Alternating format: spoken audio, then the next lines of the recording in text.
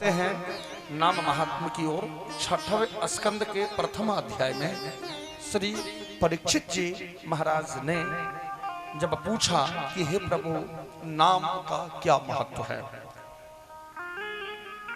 नाम का क्या महत्व है, जीव को नाम लेने से क्या प्रभाव होता है। श्री सुखदेव जी ने कहा कि हे महाराज परीक्षित, आप धन्य हो और आपने बड़ी उत्तम प्रश्न किया है। वैसे तो बाबा तुलसी ने कहा, कल युग केवल नाम आधारा, सुमर सुमर नर उतरहि पारा। कल युग केवल नाम आधारा, सुमर सुमर नर उतरहि पारा। कल युग केवल नाम आधारा, सुमर सुमर नर उतरहि पारा। कल युग केवल नाम आधारा, सुमर सुमर नर उतरहि पारा। श्री राम जय राम सीता राम, मेरे मन भावन राधे श्याम।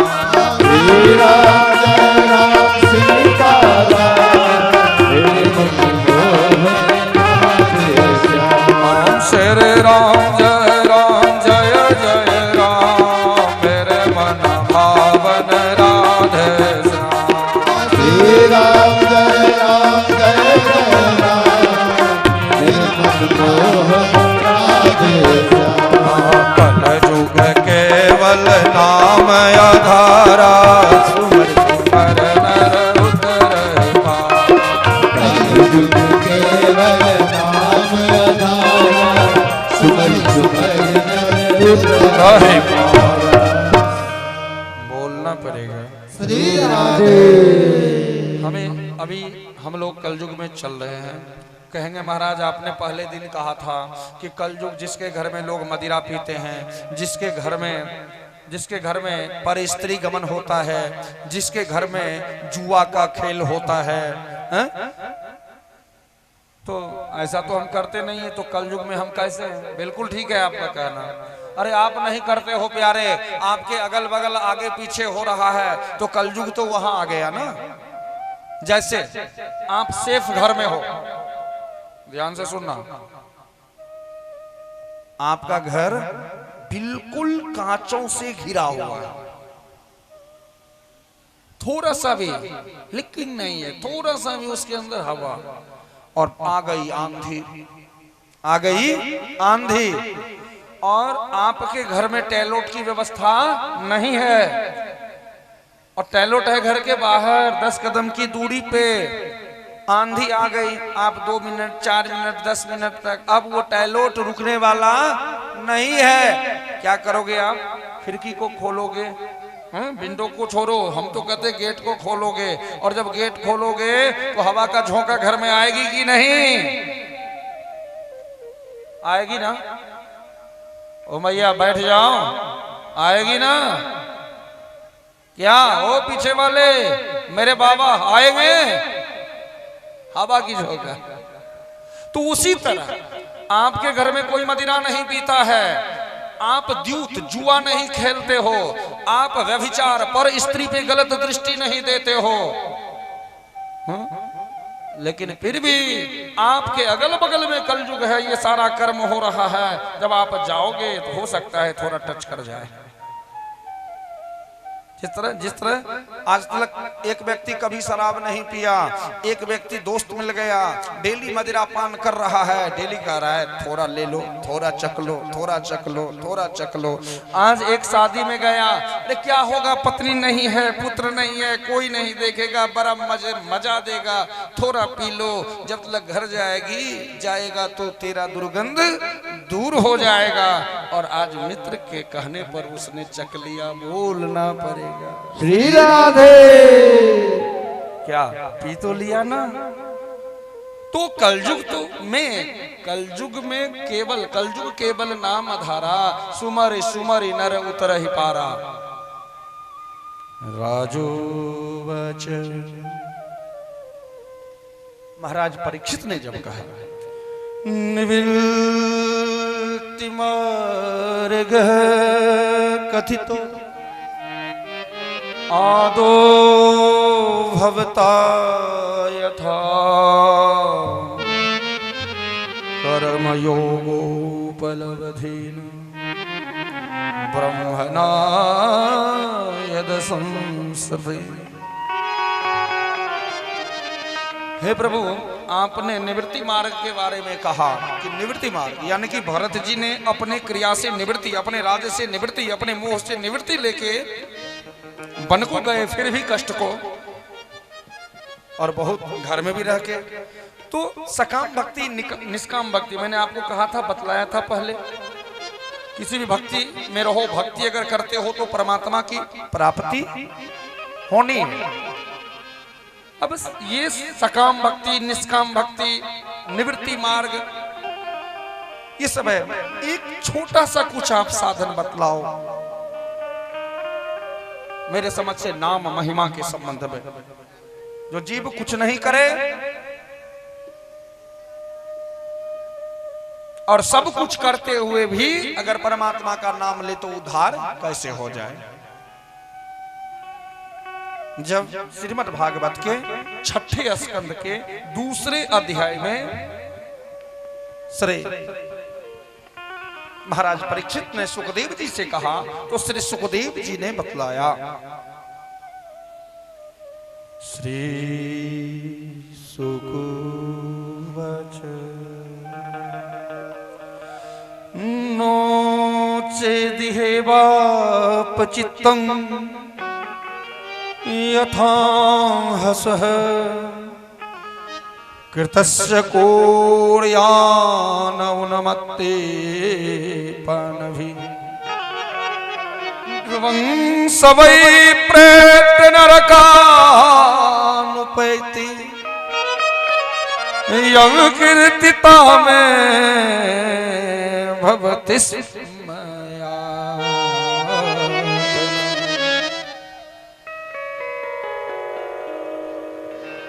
हे राजन, ध्यान लगा करके सुना। क्रिया निवृत्ति मार्ग में हो या सद्वृत्ति मार्ग में हो, सर्वोपरि अगर संसार में कुछ है तो वो नाम है।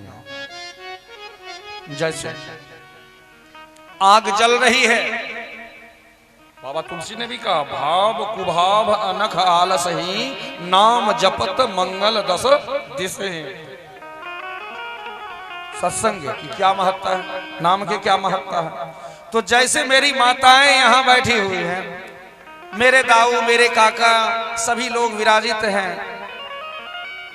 मैं बोलता हूं, बोलना पड़ेगा, बहुत के मन में नहीं होगा, लेकिन फिर भी उसके मन में आता होगा कि मेरे आजू में, बाजू में, दाएं बाएं सब बोल रहे हैं, मैं नहीं बोलूंगा तो लोग क्या बोलेंगे कि ये पापी है। होता होगा,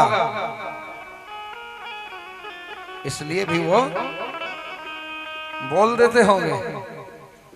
तो ठीक उसी तरह, जिस तरह आग जल रही है प्रज्वलित, ध्यान से सुनना, प्रज्वलित आग आपके सामने आग जल रही हो, आपका मन बिल्कुल नहीं है कि मैं अपने हाथ को आग में जला दूं। थोड़ा भी मन आपका नहीं है कि जलती हुई अग्नि में मैं अपने इस हाथ को जला दूं। थोड़ा भी नहीं है मन, लेकिन आज अपने इस हाथ को आप अग्नि में डाल दिए। हाथ आपका जल जाएगी कि बचेगी? हाथ जलेगी, बच नहीं सकता है। तो जिस तरह इच्छा नहीं रहते हुए भी आप अग्नि में अपना हाथ डाल देते हो तो भी आपका हाथ जल जाता है। उसी तरह सत्कर्म में, सत्संग में आपकी इच्छा नहीं है, लेकिन फिर भी आप अगर परमात्मा का नाम ले लेते हो तो भी आपका जीवन उद्धार हो जाता है। यही नाम है। कहते पूर्व काल में कन्नौज देश में एक दासी पुत्र रहते थे, जिसका नाम नारायण परा। दासी के पति ब्राह्मण थे, जिसका कि नाम अजामिल हुआ करता था। अजामिल की कथा है कि एक बार उनके पिता ने वन को भेजा मांस लाने के लिए, पितरी के निमित्त यज्ञ करना था।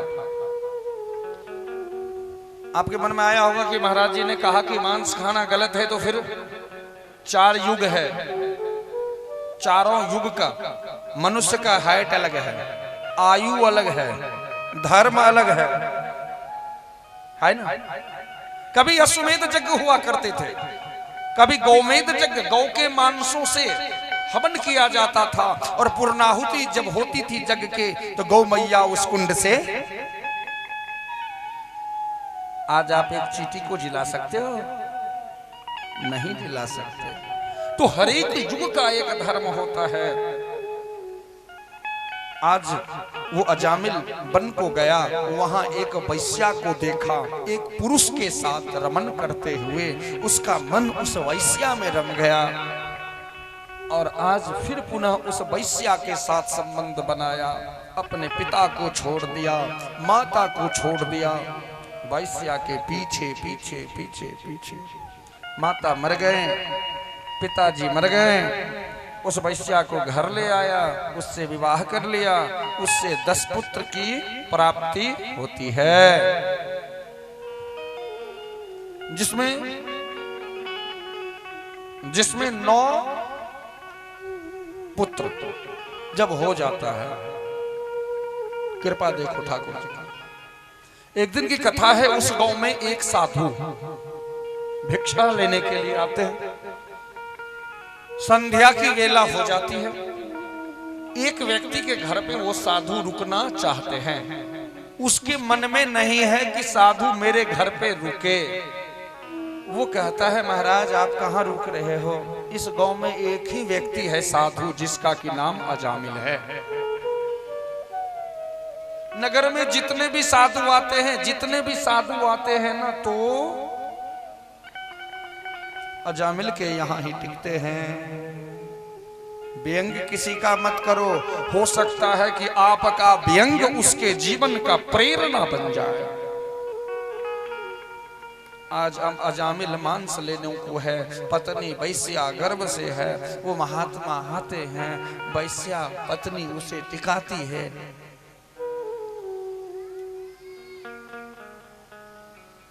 पुनः महात्मा दयालु होते हैं, पता चल जाता है कि ये मांसाहारी है। अजामिल आते हैं, पता चलता है, कहते कहां से महात्मा जी आ गए मेरे घर। आश्चर्य भी होता है। महात्मा जी सोचते हैं, नीति कहता है कि मुझे यहां भोजन पाना नहीं चाहिए, लेकिन संसार में सबसे बड़ा धर्म क्या है? गिरे को उठाना, गिरे हुए व्यक्ति को उठाना। सवरिया मेरे टेढ़े हैं ना, राम मेरे सीधे हैं। क्यों? कभी सोचा है आपने? मेरे सवरिया का एक भी स्वरूप तुम दिखला दो जिसमें वो सीधे हो। टेढ़े हैं, कमर कहीं है, पांव कहीं है।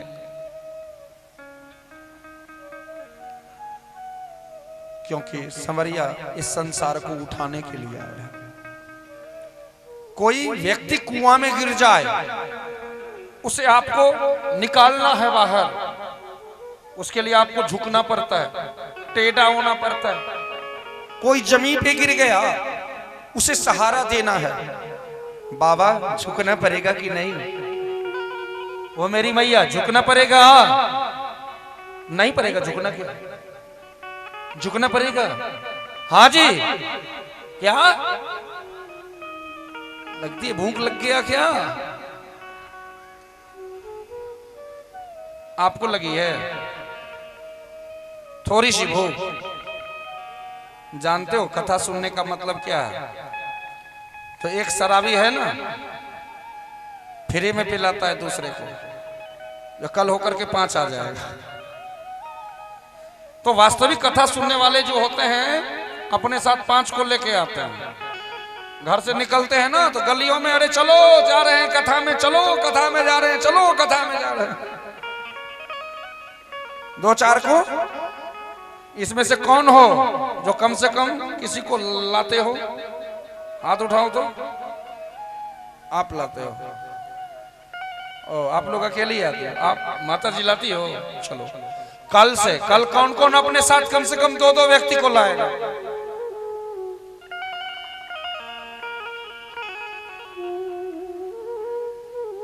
आप लोग हैं, हमारे मुखिया जी हैं। आप तो पंचायत के हो तो आपको कम से कम 5 को लाना, कम से कम अपने कहने पर। आप भी लाओगे?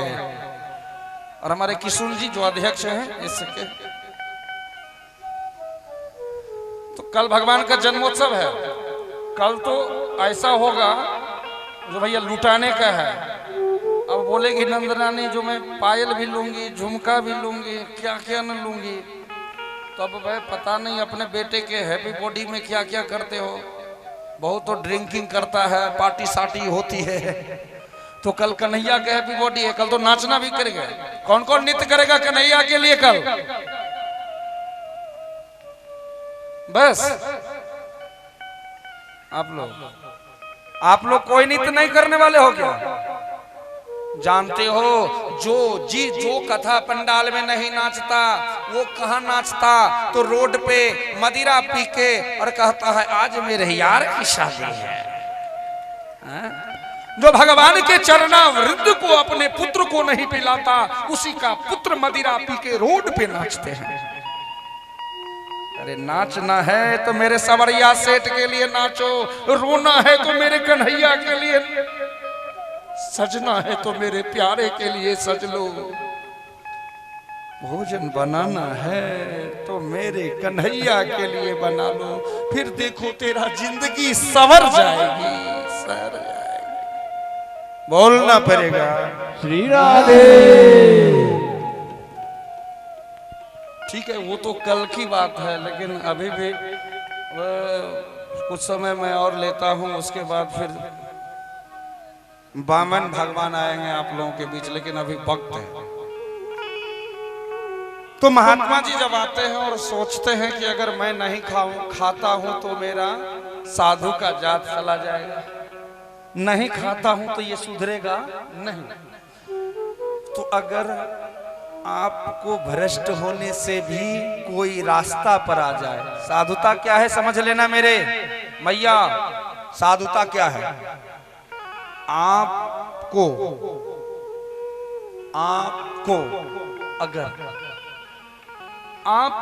अगर कोई गलत कार्य करने से भी दूसरा सही रास्ते पर आ जाए, सबसे बड़ा कार्य है। साधु ने सोचा और फिर अजामिल को बुलाया। अजामिल ने कहा महाराज मदिरा पिए हुए, मांस खाए हुए, हाथ में मांस की पोटली है। महाराज आप तो मेरे घर खाओगे नहीं, मैं तो मांस खाता हूं। बेटा कौन कहा मैं तेरे घर नहीं पाऊंगा? अरे तू मांस पाता है, समझ तुझे नहीं है। अब इसका मतलब ये नहीं है कि तू गलत है, तेरे अंदर भी गोविंद है। एक काम कर, तू मुझे एक वचन दे, मैं तुझे जो बोलूंगा वो करेगा।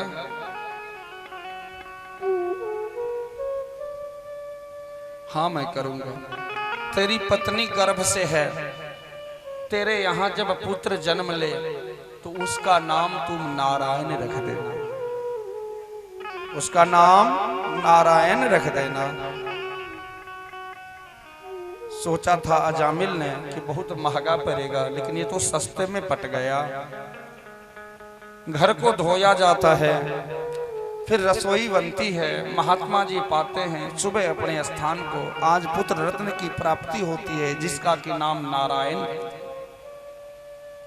छोटे पुत्र होने के कारण स्नेह ज्यादा है।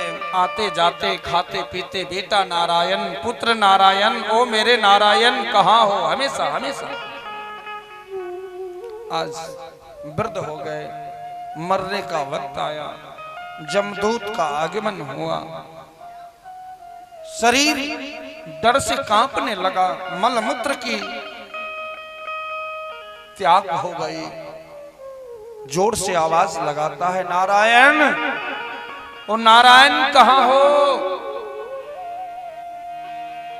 बेटा नारायण तो पीछे पड़ गया, लेकिन परमात्मा नारायण ने अपने दूत को भेज दिया। बोलना पड़ेगा। श्री राधे। विष्णुदूत जमदूत लेने के लिए आया है और भगवान हरि के दूत बचाने के लिए। अरे तू क्यों इसे ले जाना चाहता है? तुझे पता नहीं ये जीवन में कोई अच्छा कार्य नहीं किया, मांस बेचता था, वैश्या के साथ रमन किया। तुझे पता नहीं है जो अपने मन से जिस तरह एक छोटी सी आग की चिंगारी पूरे गांव को जला सकती है, एक छोटी सी आग की चिंगारी पूरे गांव को जला सकती है ना, उसी तरह एक नाम राम का या श्याम का, ध्यान से सुनना, एक नाम श्याम का या राम का करोड़ों जन्म के पाप को समाप्त कर सकता है। और ये तो अभी तक लाखों बार नारायण का नाम ले चुका है और तू इसे ले जाने वाला है। इसे नहीं तुम ले जा सकता, कदापि नहीं ले जा सकता। भगवान की माया से वो वार्तालाप को आज अजामिल सुन रहा है, उसकी आंखों से अश्रु की धाराएं। मुझ जैसा अभागा को जीने का कोई हक नहीं है। भगवान को मैंने कभी याद नहीं किया, मैंने अपने पुत्र को याद किया। पुत्र को पुकारने के बाद नारायण ने अपना दूत भेज दिया। आज अगर मैं अपने नारायण को भजता तो मेरे लिए तो नारायण आ गए, नारायण आ जाते मेरे लिए। मैं पापी हूं, दुराचारी हूं, जीने का कोई हक नहीं है। मैं मरना पसंद करता हूं। देखते देखते चमका दूत चला गया, नारायण का दूत।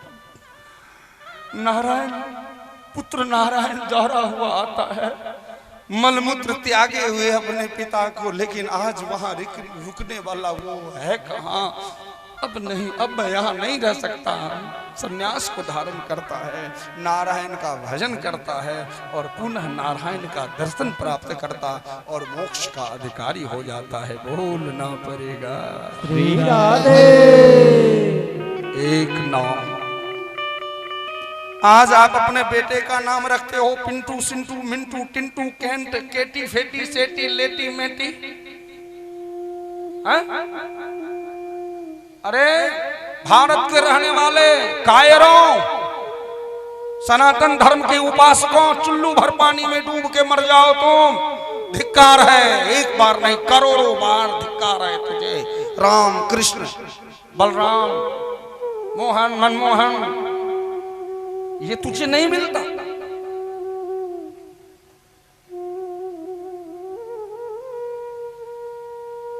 जरा सोचो, कहां के रहने वाले हो तुम? विश्व का गुरु है ये भारत, सारे धर्मों का रीढ़ है सनातन। सनातन रीढ़ में अगर दर्द हो जाए तो शरीर बैठ नहीं सकते हो, अस्वस्थ हो जाएगा शरीर तेरा। अपने आप को कमजोर मत समझो, क्योंकि कन्हैया तेरे पास है, सवरिया तेरे पास है, और वो जब तक तेरे पास है कुछ नहीं हो सकता। बोलना पड़ेगा श्री राधे। एक बार और जोर से बोलना पड़ेगा श्री राधे।